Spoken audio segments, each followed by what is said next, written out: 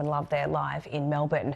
Well, the fuel excise will once again rise in line with inflation. This is due to happen from next month. So what will this mean for your trip to work and your trip to the petrol station? Joining me now is Independent MP Di Lee. Di, great to see you. You've been calling on the fuel excise to be frozen for quite some time. This was, of course, paused in the final year of the Morrison government as a cost of living measure.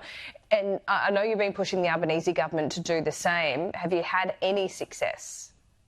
No, I've had no success yet, Laura. Good morning to you. Great to see you back. But yes, since my elections in May 2022, I have called on the Prime Minister and the Treasurer to really address this critical issue. And I have said, I think on your program before, that families in Fowler and Western Sydney and working Australians are still driving petrol fuel cars.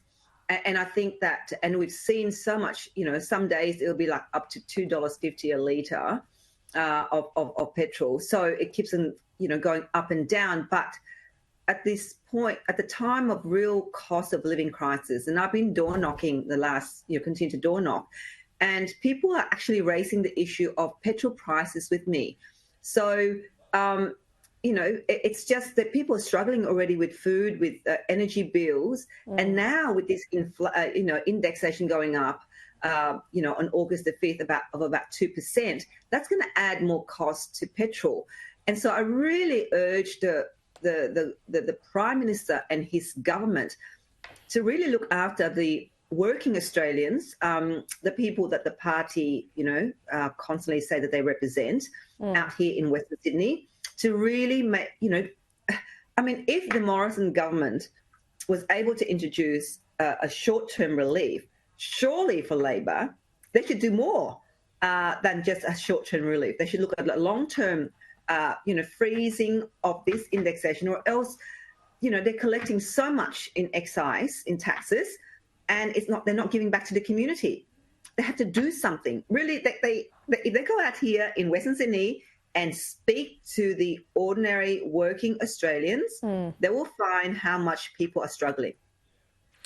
Well, the tax cut has kicked in now. People may or probably have seen it in their pay packet, or will do, by the next couple of weeks. Yeah, and the energy rebate, that's going to be a whole other thing. People seem like they welcome that. Do they feel it? Is it giving any relief? Look, I was at a meeting last night with small business at our the Fairfield City Council HQ, which is a hub for small businesses. And one of our local businesses there, who runs a cafe, has said, his energy bill has gone up to a month about $11,000 from about $4,000, and his gas has gone up to about $9,000 a month running a cafe. And if you put that into the context of a $325 energy rebate for small business that the government announced in their May budget, if you look at that, the increase is 3 times for small business. And small business are telling me that they're struggling so bad.